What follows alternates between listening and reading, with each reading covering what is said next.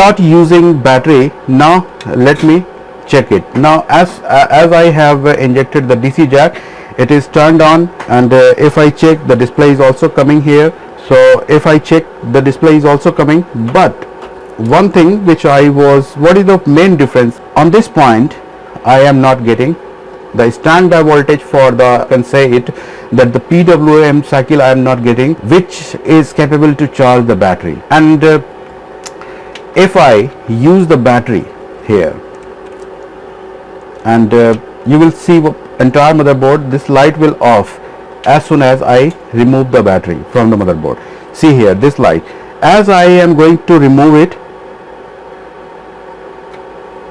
now it is charged. Earlier it was happening that it was not going to give backup, but now it is giving backup, but it is not charging. So the case is, so it is charged now, but you see here 6.5 volt, but no charging. On the other side of the PWM here, on the other side, this side I must get some voltage, like 6.50 volt I am getting here, but on the other side I need to get here PWM cycle, but I am not getting. So what could be the reason? If I remove it, I don't have.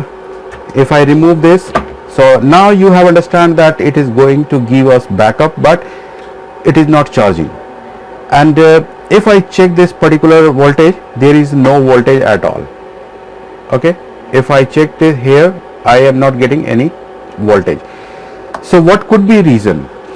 So the purpose to make this case study is to make you assure that when you will get this particular voltage, by changing this charging IC, changing the high drive and low drive and the battery FET will not help you to generate this voltage.